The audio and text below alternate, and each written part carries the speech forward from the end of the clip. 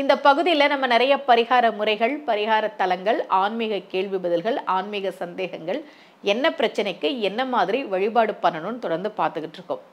இன்னைக்கு நிறைய கடன் பிரச்சனை ஆயிடுச்சு அப்படின்னு ஜாதகம் பார்க்க வரும்போது நிறைய பேர் சொல்லுவாங்க. அந்த கடன் பிரச்சனை தீர்வதற்கும் அந்த கடன் பிரச்சனையிலிருந்து மீள்வதற்கும் என்ன வழிபாடு பண்ணணுன்றதை பற்றி தான் உங்களுக்கு சொல்ல போகிறேன்.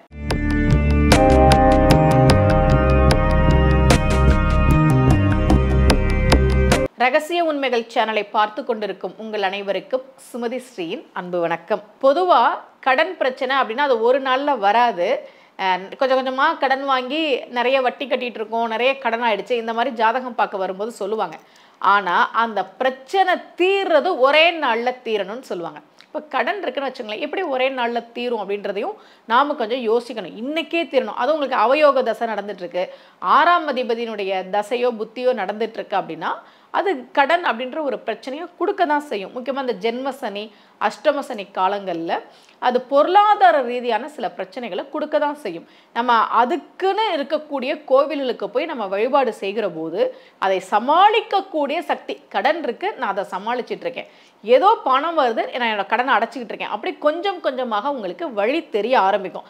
அதில் உங்களுக்கு மாற்று கருத்தே வேணாம். ஆனால் இன்றைக்கே தீரணும், இப்போவே தீரணும் அப்படின்னு நிறைய பேர் ஜாதகம் பார்க்க வரும்போது சொல்லுவாங்க. நீங்கள் உங்கள் ஜாதகத்தை எடுத்து பாருங்கள். கடனை குறிக்கக்கூடிய பாவகம் எப்படி இருக்குது, அதனுடைய அதிபதி எப்படி இருக்குது, இதெல்லாம் நீங்கள் உங்கள் ஜாதகத்தை பார்த்து நீங்கள் தெரிஞ்சுக்கோங்க.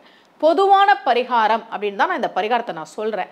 யாருக்காவது ரொம்ப கடனாயிடுச்சு, என்ன பண்ணுறதுன்னு தெரியலன்னா அவர்கள் வந்தவாசி பக்கத்தில் சோகத்தூர் அப்படின்ற ஊரில் இருக்கக்கூடிய யோக நரசிம்மரை போய் வழிபாடு செய்யுங்கள். திருமண வரம், கடன் பிரச்சனை, இது சார்ந்த பிரச்சனைகளுக்கு அங்கே போய் வழிபாடு செய்வது சிறப்பு. அங்கே இருக்கக்கூடிய தாயாருக்கு அமிர்தவல்லி தாயார் என்பது திருநாமம். முக்கியமாக யாருக்காவது கேதுவால பிரச்சனை இருந்ததுன்னா சனிக்கிழமை அன்று அந்த கோவிலுக்கு போய் ஆஞ்சநேயரை வழிபாடு செய்வது சிறப்பு. கடன் பிரச்சனை தீர்வதற்கு சோகத்தூர்ல இருக்கக்கூடிய யோக நரசிம்மரை போய் வழிபாடு செய்யணும். நல்ல திருமண வரம் கொடுக்கக்கூடிய ஸ்தலமும் அந்த ஸ்தலம் தான். அதே மாதிரி கேதுவால ஏதாவது பிரச்சனை இருந்ததுன்னா சனிக்கிழமை அன்றைக்கு அங்கே உள்ள ஆஞ்சநேயரை போய் வழிபாடு செய்வது சிறப்பு. வாய்ப்பு இருப்பவர்கள் ஒரு முறை போயிட்டு வாங்க. இதே போல ஒரு பரிகார முறையோடு மீண்டும் உங்கள் அனைவரையும் சந்திக்கிறேன். அனைவருக்கும் அன்புடன் சுமதி ஸ்ரீ.